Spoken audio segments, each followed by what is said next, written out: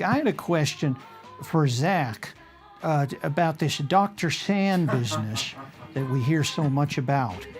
Have you, people recognize you on the street as Dr. Sand? Maybe I have just like a very common face. Because you told me you were on a beach in the middle of nowhere in Hawaii. I was on the Big Island and I was in a parking lot. I was the only car in the parking lot. It was like 6 a.m. And this person comes walking like from like a half mile away and like all the way up to me. And then they come up to me and they're like, Dr. Sand, I love your work. Were you metal detecting? I was metal detecting, yes. It's my. What happened to that gun you found? You showed me a gun that you found in the sand. I found a loaded .357 Magnum down at Manhattan Beach. And then I turned it over to the police, and they had an investigator look into it. And they said that person who owned that gun will never get it back. What's the deepest you've ever dug and then ended up with a bottle cap? 100 feet? Well, the machine only detects about like this deep, about, like 18 inches. Mm-hmm.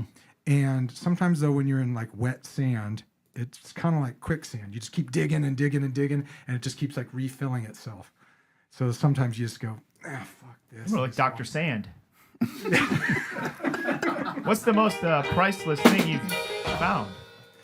Or the most, the biggest payout? Bottle cap. Besides that gun. I found a flute. That's cool. It was this Haynes flute made in Wisconsin or something, and it was from the 70s, and it had a gold head joint. So the head joint alone goes for $7,000, and the whole flute was like an $18,000 flute. Wow.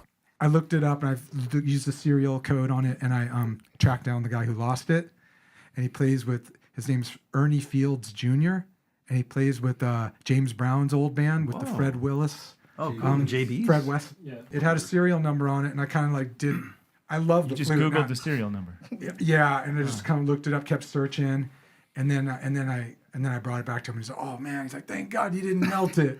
Zac finds things. Yeah. Like I'd say at least every 2 weeks, he sends me no words, just a text of a $20 bill. I found that $100 bill. $100 bill, like all the time. He's just sending me pictures of money he finds on the street. Ernie Fields, we became friends, and he gave me a couple flute lessons, and he bought me a flute, and he came to a few of our shows too. And he's in his 80s too. And Zac plays flute now. He didn't before, but now he's a very good flute player.